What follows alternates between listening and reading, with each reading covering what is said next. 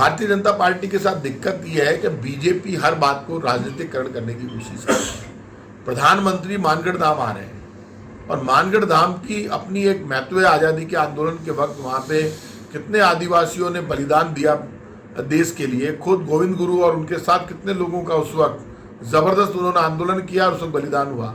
तो जो राष्ट्रीय स्मारक बनना चाहिए उसके लिए प्रधानमंत्री जी को घोषणा करनी चाहिए।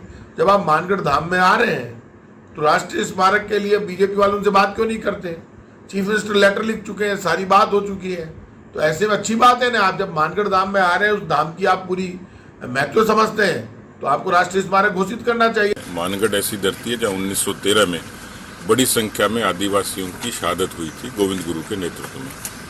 प्रधानमंत्री जी जब गुजरात के मुख्यमंत्री थे तब से ही इस जगह के प्रति उनका एक विशेष लगाव है और उनकी इच्छा रहती है कि ऐसे जो अनसंग हीरोज हैं, जिनको इतिहास में बहुत मजबूती से पढ़ाया नहीं गया, दिखाया नहीं गया, सिखाया नहीं गया, ऐसे स्मारकों को वो ज़्यादा महिमा मंडन करें ताकि नई पीढ़ी उनसे प्रेरणा ले।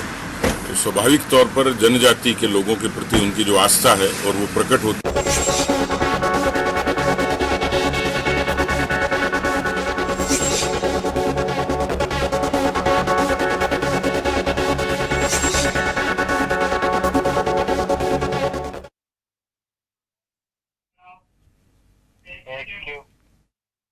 नमस्कार, जन टीवी में स्वागत है आपका। मैं हूं योगेंद्र और आप देख रहे हैं बड़ी खबर। और बड़ी खबर में हम बात करेंगे मानगढ़ धाम की। मानगढ़ धाम राजस्थान के बांसवाड़ा में, लेकिन कोई छोटी बात नहीं। अगर धाम कहा गया है तो निश्चित रूप से कोई बड़ी बात है। जलियांवाला बाग कांड तो आपने सुना होगा, उससे बड़ा कांड मानगढ़ में हुआ। 1500 भील आदिवासियों को अंग्रेजी हुकूमत ने गोली से मार गिराया था। वो शहादत आज भी एक बड़े धाम के रूप में है। वहां के लोग या राजस्थान के बाशिंदे, आसपास के लोग वो एक बड़े धाम के रूप में मानते हैं, एक पवित्र जगह उसे मानते हैं। आजादी के आंदोलन में एक बड़ा आंदोलन मानगढ़ को कहा जाता है और इसकी वजह चर्चा में क्यों है? 1 तारीख को प्रधानमंत्री नरेंद्र मोदी मानगढ़ आ रहे हैं। वहां उस स्थल को लेकर के एक राजस्थान में बड़ी बहस छिड़ी हुई है।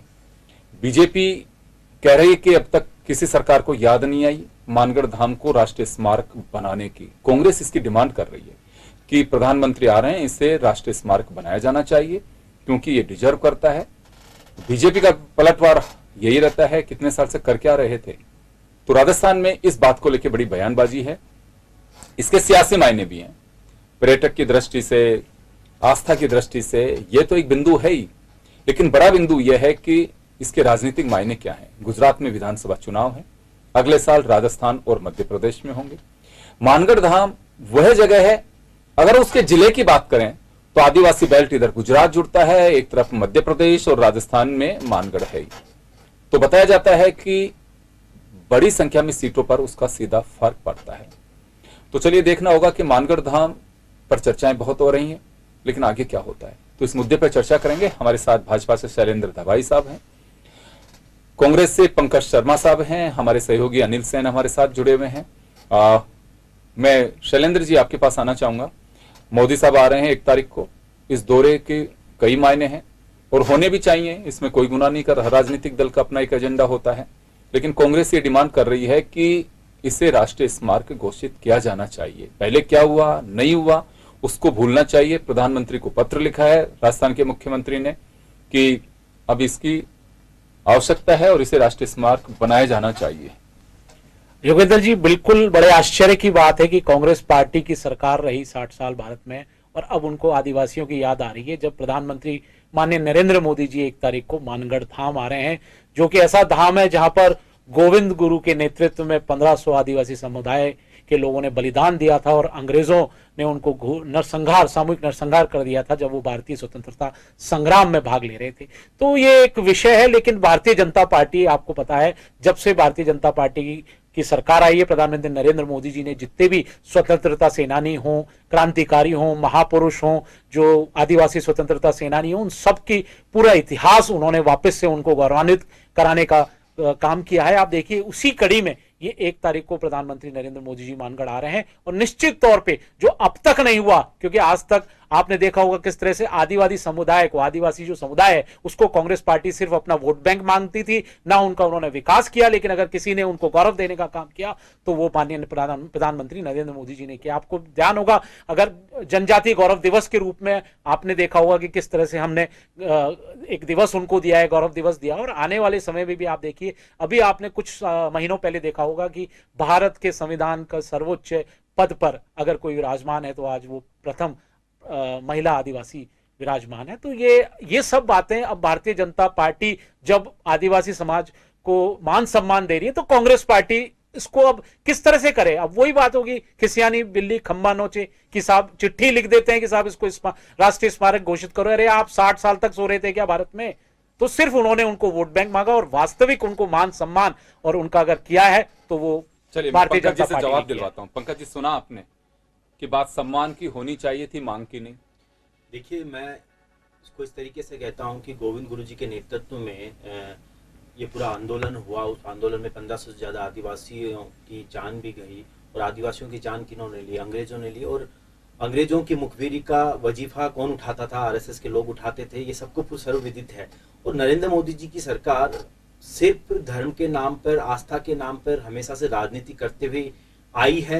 ये राजनीति से पहले चुनावों के जस्ट बाद, जब क्योंकि आपको पता है 2-4 दिन में आचार संहिता गुजरात में लगने वाली है, तभी उनको क्यों याद आता है? राजस्थान के यशस्वी मुख्यमंत्री आदरणीय अशोक गहलोत जी ने तो कई बार चिट्ठियां लिखी है, और उन्होंने तो विश्व आदिवासी दिवस पर बाकायदा कई योजनाओं की आधारशिला रखी है। उसके अलावा मैं तो मोदी जी से ये भी मांग करूंगा कि वो स्मारक, जो कि मुख्यमंत्री जी ने भी हमारी मांग कर चुकी, उसको राष्ट्रीय स्मारक घोषित करें किसी भी सिचुएशन में। उसके अलावा जो रतलाम से डूंगरपुर वाला जो रेल मार्ग निर्माण, उसके लिए 1200 करोड़ रुपए पहले हमारी जो सरकार थी केंद्र में डॉक्टर मनमोहन सिंह जी के नेतृत्व में, वो दे चुके हैं। उसके बाद भी काम रुका हुआ है। तो और भी बहुत सारी चीजें हैं जिनमें विकास कार्यों पर ध्यान देने की जरूरत है। लेकिन बीजेपी की जो केंद्र की सरकार है नरेंद्र मोदी जी के नेतृत्व में, वो सिर्फ आस्था के नाम पर, भले आप राम मंदिर देख लीजिए, मानगढ़ धाम देख लीजिए, और कई जगह देख लीजिए, या चुनाव से जस्ट पहले उनका ये जो बढ़ जाता है, दौरे बढ़ जाते हैं धार्मिक स्थलों पे, सिर्फ और सिर्फ नहीं, तो इसका मतलब अगर राम मंदिर का निर्माण हो रहा है तो उसमें कांग्रेस को ऑब्जेक्शन है?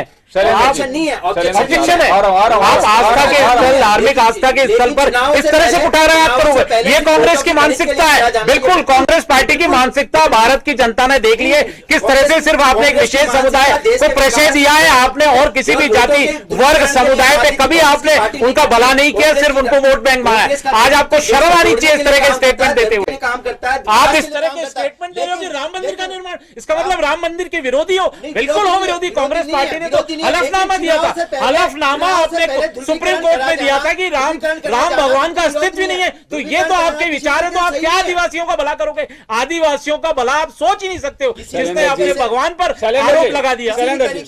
ध्रुवीकरण करना, वोटों की राजनीति करना है बीजेपी के मूल सिद्धांत में निहित है। वो कभी भी विकास की राजनीति नहीं करते। मैं योगेंद्र जी पूछना चाहता हूं, क्या आदिवासी वो का मान सम्मान करना ध्रुवीकरण है? मैं इनसे पूछना चाहता हूं, बीजेपी के प्रवक्ता से पूछना चाहूंगा कि नहीं, आप बताइए कि आदिवासी दलित गरीब समुदाय का मान सम्मान करना क्या ध्रुवीकरण है? आपकी सरकार केंद्र के नेतृत्व में आई, उन मुद्दों का क्या हुआ? आप रोजगार के लिए नेतृत्व, आप सरकार में आए, उन रोजगारों का क्या हुआ? 2 करोड़ रोजगारों की बात आपने की। चलिए अपन मानगढ़ पे लौटे, अपन मानगढ़ चलिए मैं लौटूंगा आपके पास में। मैं एक बार अनिल का रुख करना चाहूंगा। अनिल, मानगढ़ जरूरी क्यों है? इसके सियासी मायने। लगभग 100 सीट पूरी तरह से प्रभावी होती हैं राजस्थान, मध्य प्रदेश और गुजरात की विधानसभा सीट। करीब 50 सीट लोकसभा की आदिवासियों से इस बेल्ट जो धाम है इसके महत्व से प्रभावित होते हैं। कोई पीछे नहीं हटना चाहता, चाहे कांग्रेस हो चाहे बीजेपी हो, हर कोई से बुनाना चाहता है। सियासी मायने, सियासत में बुनाई है, जो करेगा वो उसको भोगने की कोशिश भी करेगा। लेकिन सबसे बड़ी बात यह है कि क्या वास्तव में आदिवासियों को अभी भी जो हक मिलना चाहिए, जो उनकी सूरत बदलनी चाहिए, क्या वो बदल पा रही है? वो अपने आरक्षण की फुलफिल कराने के लिए लड़ते रहते हैं, अपने अस्तित्व के लिए लड़ते हैं। अभी भी एजुकेशन के अभाव में आप जानते हैं किस तरह से रेड कॉरिडोर तैयार हो गया वहाँ पे। मैं बात मानगढ़ की नहीं कर रहा हूँ, लेकिन आदिवासी बेल्ट, चाहे वो छत्तीसगढ़ हो, चाहे मध्य प्रदेश हो, बिहार हो, दूसरी जगह और हो, वेस्ट बंगाल हो, कई जगह पे जल, जमीन और जंगल, उसके लिए वो लड़ाई करते हैं। तो ये कुछ ऐसी चीजें हैं कि क्या वास्तव में वोट के साथ साथ, वोट तो देंगे, साथ ये काम करेंगे तो आप गिना करके आप मांगेंगे, आपका हक है, और डेमोक्रेटिक सिस्टम है हमारा, ये लोकतंत्र का उत्सव होता है, उसमें मांगना कोई गुनाह नहीं है। लेकिन आपको क्या लगता है अभी कि वास्तव में आदिवासियों से हमारी बात होती है, किस तरह की स्थितियां हैं? वो कहते हैं आए दिन हमें जूझना पड़ता है अभी भी। देखिए बिल्कुल विकास अगर देखा जाए, जिस तरह से राजस्थान हो, गुजरात हो, तमाम अगर स्टेट की बात की जाए, विकास की जो पटरी है, विकास की जो राह आदिवासी एरिया में होनी चाहिए थी, उतनी शायद नहीं हो पाई है। डिमांड आज देख ली जाए, हर जगह से डिमांड उनकी तरफ, चिकित्सा सुविधाओं के देखे, शिक्षा क्षेत्र में अगर देखा जाए वो डिमांड उनकी रहती है। अलग से उनको आरक्षण किस तरह से दिया जा सकता है, लगातार ये मांग भी उठती रही है। हमने देखा भी था कि पिछले दिनों किस तरह से डूंगरपुर एरिया के अंदर आंदोलन जो आदिवासी कर रहे थे, काफ़ी उग्र आंदोलन हो गया था। लगातार सरकारों से मांग होती रही है। लेकिन सबसे बड़ी बात हमने अक्सर ये देखा है राजनीति के अंदर कि जब भी चुनाव आते हैं या फिर चुनावी माहौल होता है, इस एरिया के अंदर, ऐसा नहीं है बीजेपी की ही रैलियां हुई हैं, हमने देखा है कांग्रेस की रैलियां भी हुई हैं। और इसकी वजह यह भी है कि यहाँ से अगर किसी पार्टी को बढ़त मिलती है, एक तरफा वोट बैंक होता है। आदिवासी में अगर एक मैसेज चला जाता है तो वो जो वोट बैंक है, उस मैसेज का अगर पॉजिटिव मैसेज जाता है तो पार्टी के पक्ष में कहीं ना कहीं लहर बन जाती है, और वो लहर पार्टी को बेनिफिट भी दिलवाती है। वोट कास्ट करने के देखकर हम देखेंगे मतदान जब होता है तो मतदान में अगर किसी पार्टी के पक्ष में लहर है तो वो आदिवासी बेल्ट, चाहे राजस्थान सहित गुजरात, एमपी की बात कर ली जाए, वो बेनिफिट कहीं ना कहीं पार्टी को मिलेगा। हम देख रहे हैं, हम आबू रोड जब प्रधानमंत्री नरेंद्र मोदी हाल ही में 30 सितंबर को आए थे, संबोधन हालांकि नहीं हो पाया, लेकिन वादा किया था कि वो फिर से लौट कर आएंगे। और अब जब आ रहे हैं तो एक खाका कहीं ना कहीं बन रहा है कि शायद मानगढ़ धाम को राष्ट्रीय स्मारक यहाँ पर बना दिया जाए। बना दिया जाए। गुलाब चंद कटारिया की उस बयान को भी हम कोट कर सकते हैं जिसमें उन्होंने कहा कि राष्ट्रीय स्मारक बनाया जाना चाहिए। और मुझे लगता है कि बहुत बड़ी बात भी नहीं। देखिए, दो चीजें यहाँ पे, वैनेश्वर धाम और मानगढ़ धाम, इन दोनों को लेकर के आदिवासियों के एक बड़ी आस्था के केंद्र हैं। राहुल गांधी हाल ही आके भी गए हैं, तो उस तरह से भी देखा जा रहा है कि वैनेश्वर में आए थे। अभी जब मोदी आ रहे हैं मानगढ़, तो दोनों ही की बात है कि दोनों जगह पे उसका एक असर होता है। आदिवासी चाहे बांसवाड़ा के हों या फिर डूंगरपुर के हों या दूसरे जिलों के हों या राज्यों के हो जो सीमावर्ती क्षेत्र हैं वहाँ के, तो ये एक बड़ा असर पड़ता है। तो एक बड़ी वजह मान सकते हैं कि एक रणनीति का हिस्सा है राजनीतिक दलों की कि इसे हम भुना कैसे सकते हैं, और ये मैसेज भी चला जाए कि हम आदिवासियों का, हमसे ज़्यादा कोई उनमें दिलचस्पी नहीं रखता, कोई हमसे ज़्यादा उनका सुधार नहीं करना चाहता। एक मैसेज भी है इसमें। देखिए बिल्कुल है। फिलहाल गुजरात के चुनाव आने वाले हैं और उसके बाद में राजस्थान और एमपी के चुनाव आने वाले हैं। विधानसभा चुनाव में अक्सर हम देखते हैं कि जो निर्णायक भूमिका होती है, जो प्रत्याशी जीत कर निकलता है, 1000 के करीब अगर वोटों की लीड भी होती है तो वो बड़ी लीड कहीं ना कहीं हो जाती है और वहाँ से बढ़त पार्टी को मिल जाती है। तो ऐसे में फोकस है गुजरात को यहाँ से साधा जाएगा, और उसके साथ साथ 2023 की रूपरेखा जो राजस्थान से है वो भी कहीं ना कहीं यहाँ पर बनाई जाएगी। देखा जाएगा कि यहाँ से घोषणाएं किस तरह से होती हैं। राष्ट्रीय स्मारक के साथ साथ ऐसा नहीं है कि एक ही घोषणा यहाँ पर होगी। लगता है कि जब प्रधानमंत्री नरेंद्र मोदी का संबोधन होगा तो उस दौरान आदिवासी की जो समस्याएं हैं उनको फोकस जरूर किया जाएगा, और शायद उस संबोधन में ये भी जिक्र हो कि अगली बार अगर भाजपा की राजस्थान में सरकार बनती है तो ये तो राष्ट्रीय स्मारक बनाया जा रहा है, उसके बाद में सरकार बनने के बाद में उनकी जो दुविधाएं हैं, उनकी जो समस्याएं हैं, उनको भी फोकस किया जाएगा। बिल्कुल, तो वजह साफ है। खैर, लेकिन मैं पहले भी कह रहा हूं, इसमें कोई गुनाह नहीं है। जिसको जो अवसर मिलता है वो आपकी रणनीति है कि आप उसे कितना भुना सकते हैं, और हर पार्टी कोशिश करती है। शैलेंद्र जी, आपके पास आना चाहूंगा, मुद्दे पे रहें। हम मानगढ़ की बात कर रहे हैं, हम राम मंदिर की बात नहीं कर रहे हैं अभी। तो अपन मानगढ़ को लेकर के कैसे कह सकते हैं कि मानगढ़ को लेके, देखिए सरकार आपकी भी रही है, कांग्रेस को आपने कटघरे में खड़ा कर दिया, बिल्कुल ठीक किया, करना चाहिए। कांग्रेस आपको खड़ा करेगी, वो भी कोई नई बात नहीं है। राजस्थान में सरकार आपकी भी रही है और लंबे समय तक रही है, मुख्यमंत्री रही हैं। वसुंधरा जी 2 बार रह चुकी हैं, भैरव सिंह जी अपनी अच्छी 8 साल की पारी खेल करके गए हैं। तो मानगढ़ को वो रेस्पेक्ट क्या वास्तव में पहले से मिल पा रहा है, या हम उसको खारिज करें कि चलिए कोई बात नहीं, जैसे भी स्थितियां रही होंगी, क्या हो पाया नहीं हो पाया। देखिए, आस्था तो सबकी रही है, मैं इसे नहीं कह सकता कि किसी ने गौर ही नहीं किया, हर व्यक्ति की आस्था है। आज नई पीढ़ी को भी जब हम बच्चों को बताते हैं कि जलियांवाला बाग तो आपने देखा ही है, राजस्थान में उससे भी बड़ा कांड हुआ था, 1500 आदिवासियों को मार दिया गया था, तो वो भी हो जाते हैं कि हाँ ऐसा हुआ, हमारी धरती पर हुआ। तो ये बात है, इतिहास के पन्नों में भी, अभी तो आप बात छोड़िए, पाठ्यक्रमों में सिर्फ हम ये देखते हैं कि इस पाठ्यक्रम में ये नीति डालने से, ये बदलाव करने से आका किसका खुश हो सकता है, हमारा फोकस केवल वहां रहता है। इतिहास के पन्नों में जो बच्चों को सिखाया जाना चाहिए, बताया जाना चाहिए, जिस धाम के लिए, जिस घटना के लिए, बहुत बड़ा फोकस नहीं रहा। आप लोगों को लगता है कि वास्तव में मानगढ़ को लेकर जितना जिक्र होना चाहिए था इतिहास के पन्नों में, इतना हो पाया किसी पाठ्यक्रम में? योगेंद्र जी, बिल्कुल आपकी सही बात है कि जितना मानगढ़ को इतिहास के में दर्जा मिलना चाहिए था, महत्व मिलना चाहिए था, वो नहीं मिल पाया। आप देखिए, लेकिन जिसकी कांग्रेस पार्टी की जिसकी शासन रहा इतने साल भारत में, और उन्होंने उनकी आदिवासियों की तरफ ध्यान नहीं दिया, और अब जब भारतीय जनता पार्टी इसको राष्ट्रीय स्मारक भी घोषित कर सकते हैं, अगर प्रधानमंत्री नरेंद्र मोदी जी आ रहे हैं, 1 तारीख को पता लगेगा, लेकिन हमने आज इस जो आदिवासी संस्कृति थी उसको पुनर्जीवित करने का काम किया है, पुनरुत्थान करने का काम किया। आप देखिए 2004 में भी जब नरेंद्र मोदी जी गुजरात के मुख्यमंत्री थी तब भी उन्होंने सड़कें बनवाई थी। 2004 में वसुंधरा जी जब भारतीय जनता पार्टी की सरकार थी तब वहां पे धूणी महल और स्मृति उद्यान और पैनोरामा वगैरह सब बना था, और एक महत्व के स्थान को कि आदिवासियों के हम कैसे समस्याओं को दूर किया जा सकता है, चाहे स्वास्थ्य से रिलेटेड हो, चाहे आप उनकी शिक्षा से रिलेटेड हो, वो सारी जो बुनियादी सुविधाएं उनको देने की पूरी कोशिश कर रहे हैं। और उस दिशा में आज भारत बढ़ चुका है कि आदिवासियों और दलितों का जो सम्मान भारतीय जनता पार्टी कर रही है, कांग्रेस पार्टी ने कभी नहीं किया, और उन्होंने सिर्फ उनको वोट बैंक मांगा।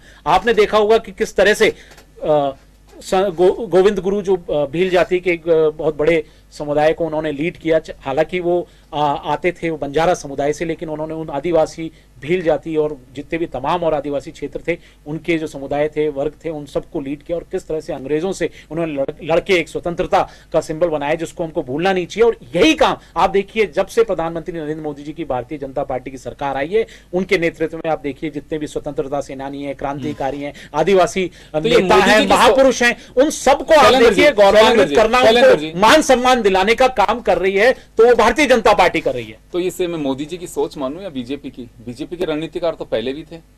नहीं, निश्चित तौर पे बीजेपी और प्रधानमंत्री नरेंद्र मोदी जी अलग नहीं है, आप अलग नहीं कर सकते उनको। कांग्रेस प्रधानमंत्री जी, कांग्रेस की तो चूक रही 60 साल में मानगढ़ का याद नहीं आया किसी को भी, बीजेपी की भी चूक रही। नहीं, बीजेपी ने तो जो संभव कर सकते थे राज्य सरकार, उन्होंने राज्य सरकार ने किया है। आप देखिए जब केंद्र में 60 साल कांग्रेस की सरकार रही तब उनको आदिवासियों का ख्याल नहीं आया, और आज जब प्रधानमंत्री नरेंद्र मोदी जी वहां एक सड़कों का पूरा एक जाल बिछाना चाहते हैं, और आप देख रहे होंगे एक कॉरिडोर तैयार किया जा रहा है, और किस तरफ से वहां डेवलपमेंट होगा और किस तरह से उसको राष्ट्रीय स्मारक की श्रेणी में भी रखा जा सकता है, और किस तरह से आप देखिए भारतीय जनता पार्टी आदिवासियों गुरु गोविंद पर एक किताब भी लिख रही है ताकि आने वाली पीढ़ियों को मालूम पड़े कि उनका कितना गौरवशाली इतिहास रहा है। उन्होंने अपने भारत की स्वतंत्रता में अपना बलिदान दे दिया, और आपने सही कहा था जो 1919 में जलियांवाला बाग हुआ था उससे बड़ा ये कांड था 1913 का, जब नवंबर 1913 का, और 1 नवंबर जो एक पवित्र महीना आ रहा है आदिवासियों के लिए, उसी दिन आप देखिए इतना बड़ा गौरव उनको मिलने वाला है। तो मैं तो यही कहना चाहूंगा कि अब पार्टियों ने क्या किया नहीं किया, लेकिन भारतीय जनता पार्टी ने सदैव आदिवासी, दलित, पिछड़े, वंचित, गरीबों का ध्यान रखा है, और उसी नीति के तहत वो आगे चल रहे हैं। आप देखा होगा प्रधानमंत्री नरेंद्र मोदी जी खुद के लिए क्या कर रहे हैं, गांधी परिवार ने तो पूरा परिवार बनाया है, वो तो प्राइवेट इंडिया लिमिटेड की तरह चल रही है, 70-75 साल से भारत पे शासन कर रही है। प्रधानमंत्री नरेंद्र मोदी जी को ये कोई लोग नहीं है, उनका कोई परिवार नहीं है, वो तो एक राष्ट्र सेवा के लिए समर्पित है। आप देख रहे होंगे एक भ्रष्टाचार का आरोप नहीं है केंद्र में, जो भी वो काम कर रहे हैं, एक जो सांस्कृतिक पुनरुत्थान है भारत का, जो इतिहास को दबा दिया गया था कांग्रेस पार्टी और कम्युनिस्टों के द्वारा, उसको वापस रिवाइव करने का काम अगर कोई कर रहा है तो वो भारतीय जनता पार्टी की प्रधानमंत्री नरेंद्र मोदी जी की सरकार कर रही है। वही तो कर रहा हूं ना, तो नरेंद्र मोदी जी कर रहे हैं, आपसे पहले बीजेपी से भी चूक रही है, ये बीजेपी कर नहीं पाई, वो आपके रणनीतिकार भी कांग्रेस की तरफ फेल रहे हैं। शैलेंद्र जी मान लीजिए इसमें कोई बात नहीं है, हाँ बिल्कुल अब वो जो हक आदिवासियों को मिलना चाहिए वो मिल रहा है। मैं तो अभी भी कहूंगा कि इतिहास के पन्नों पर आपको मेरे को अपने आने वाली पीढ़ी को जो पढ़ने के लिए मिलना चाहिए था वो नहीं मिल पाया, वो किसी ने गौर नहीं किया, वो होना चाहिए था। हम बात करते हैं जलियांवाला बाग की, अरे उससे तो 6 साल पहले राजस्थान में उस इतना बड़ा विभत्स और इतना बड़ा कांड हुआ जिसके लिए किसने इतनी चर्चाएं सुनी है, तो मानगढ़ चर्चा में आता है, इस वजह से लोग पढ़ते हैं। वो चूक हमारी कहीं पे भी रही हो, लेकिन एक सोच नहीं रही हमारी कि ये चीज देखो जलियांवाला बाग है, मैं उनको श्रद्धांजलि अर्पित करता हूँ, मुझे बड़ी तकलीफ होती है, मैं खुद गया हूँ जलियांवाला बाग, देखा जब मैंने अमृतसर गया तब।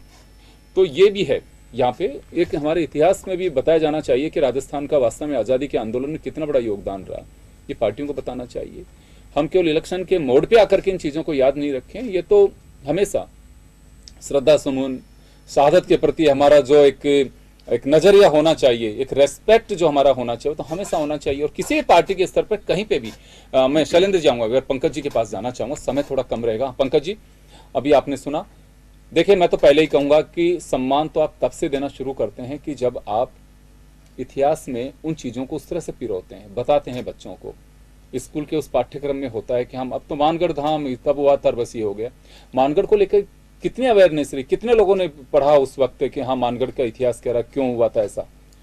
देखिए, मैं भाजपा के प्रवक्ता ने जो कुछ क्वेश्चंस उठाए हैं उनका जवाब पहले देना चाहूँगा।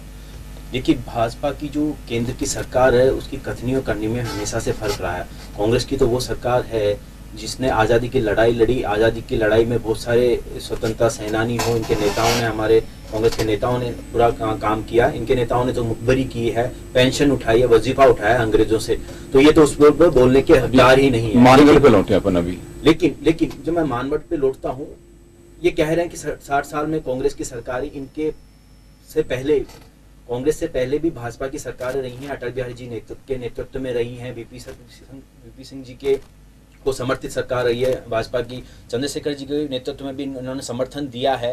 इसके अलावा लगातार राजस्थान में इनकी भैरव सिंह जी के नेतृत्व में हो, वसुंधरा जी के नेतृत्व में सरकार रही है, लेकिन राजस्थान की अशोक गहलोत के नेतृत्व वाली सरकार ने लगातार इस पर योजनाओं पे काम किया है। डॉक्टर मनमोहन सिंह ने तो रेल मार्ग से जोड़ने का काम किया है। इनसे पूछिए इन्होंने 8 साल में कहाँ क्या काम किया, डूंगरपुर जैसे जो आदिवासी क्षेत्रों को उनको रेल से जोड़ने के लिए क्या काम किया। इन्होंने तो जो ERCP योजना है उसमें भी पानी तक नहीं पहुंचाना चाहते। ये जो बात करते हैं आस्था के लिए, मानगढ़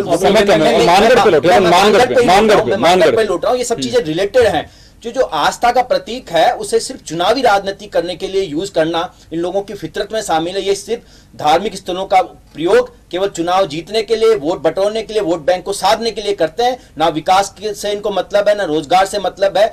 वहां के लोगों के, आदिवासी लोगों के लिए रोजगार के लिए उन्होंने क्या काम किया, क्या विकास की योजनाएं लेकर आए। यहाँ तो अशोक गहलोत जी के नेतृत्व में स्वास्थ्य, शिक्षा, सब कुछ पूरे राजस्थान प्रदेश के लिए और आदिवासी क्षेत्रों के लिए विशेष तौर पर दिया गया है।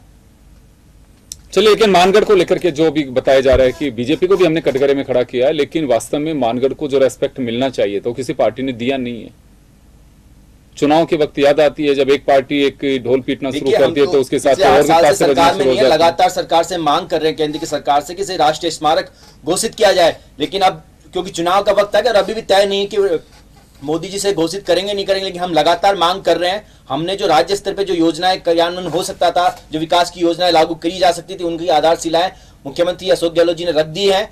उस पर लगातार काम होगा। लेकिन मैं आपके चैनल के माध्यम से भी परसों 1 तारीख को जो मोदी जी आ रहे हैं उनसे भी आग्रह करूंगा, निवेदन करूंगा कि अब वो वक्त आ गया कि आप राष्ट्रीय स्मारक के रूप में मानगढ़ धाम को घोषित कर दें। और मैं तो बीजेपी के प्रवक्ता से भी कहूंगा कि वे भी ये निवेदन करें मोदी जी से कि वो मानगढ़ धाम को राष्ट्रीय स्मारक घोषित करें। कांग्रेस और बीजेपी दोनों के नेताओं ने इस बात को लाने की कोशिश की है, वो चाहे अशोक गहलोत हो या गुलाब चंद कटारिया हो, फिर वहां के सांसद कटारिया हो। अच्छी बात है, होनी चाहिए। लेकिन मैं एक बात, अनिल समय कम है, 1 मिनट में आपसे जवाब चाहूंगा। बड़ी रोचक बात देखिए आप, बेरुखी कितनी है। मैं जब पढ़ रहा था कुछ जगह पे ऐसे ही वहां के विधायक और सांसदों ने भी उस तरह से इस बात को नहीं उठाई कि जो वास्तव में उठाया जाना चाहिए। जिन आदिवासियों ने वोट देकर के उन्हें चुनते हैं, वो भी मानगढ़ और बेनेश्वर के प्रति जो लगाव होना चाहिए था उनका, सिर्फ वो भी पार्टी लाइनों से बंधे रहे। देखिए, बिल्कुल सरकारों का रुख देख लिया जाए या फिर नेताओं का देख लिया जाए, इतना माहौल नहीं बना। और डिमांड भी अगर देखी जाए तो शायद ऐसी नहीं रही है। अभी भी जिस तरह का माहौल बन रहा है, ऐसा नहीं हो जाए कि राष्ट्रीय स्मारक बनना था और वो बनते बनते रह जाए, क्योंकि अब कहीं ना कहीं राजनीति बढ़ गई है, कदम अपने सियासत ने बढ़ा लिए। और उसमें लगता है कि शायद ये जो पेच है कहीं ना कहीं फंस सकता है, क्योंकि कांग्रेस लगातार डिमांड कर रही है। यहाँ से हम देख रहे हैं कि कांग्रेस के नेता भी डिमांड कर रहे हैं कि प्रधानमंत्री जी आ रहे हैं, राष्ट्रीय स्मारक की घोषणा होनी चाहिए। बीजेपी जरूर इस सुर में सुर मिला रही है, ये भी साथ दे रही है कि हाँ राष्ट्रीय स्मारक की घोषणा यहाँ पर की जाएगी, क्योंकि इस बार केंद्र में मोदी की सरकार है। लेकिन अक्सर ये देखने में आता है जब क्रेडिट लेने की बात आती है तो उस दौरान शायद एक लाइन ये नहीं हो जाए कि कांग्रेस ने मांग की थी और बीजेपी ने फिर इसमें घोषणा यहाँ पर की, तो ये जो काम होना चाहिए, जो राष्ट्रीय स्मारक की घोषणा यहाँ पर होनी चाहिए, उलझ नहीं जाए। चलिए, मैं माफी चाहूंगा, समय का अभाव है। मैं Shailendra ji, sorry, already time हो चुका है यहाँ। चलिए, लेकिन वो सम्मान मिलना चाहिए, उस शहादत को मिलना चाहिए। इसमें कांग्रेस हो या बीजेपी हो, चाहे आदिवासी पॉलिटिकल पार्टीज जो ताल्लुक रखती हैं वो हो, ये श्रेय की बात नहीं है। और उसके बाद भी इसका ऐसा चीनी नुक्ता मत करना कि ये ऐसी स्थितियां बने कि ये हमारी वजह से हमारे प्रेशर में क्या, ऐसा नहीं है। अब से पहले मुझे लगता है कि अगर मोदी जी 1 तारीख को इसे राष्ट्रीय स्मारक अनाउंस कर भी देते हैं, तो अगर वास्तव में इस पे अगर वो उस तरह की स्थितियां बनेंगी कि हमारा श्रेय की होड़ मचेगी, तो मुझे लगता है कि वो एक नाइंसाफी होगी। वो शहादत के प्रति हमारा सौहार्द या रेस्पेक्ट नहीं होगा। आप केवल हक, अगर उस पर भी अगर इस तरह की लड़ाई लड़ी जाएगी तो मुझे लगता है कि बड़ा दुर्भाग्यपूर्ण होगा, वो शहादत बिल्कुल नहीं कह सकते हम उससे। चलिए, बहुत बहुत शुक्रिया तमाम अतिथियों का और हमारे दर्शकों का। बड़ी खबर में इतना ही, दीजिए इजाजत, नमस्कार।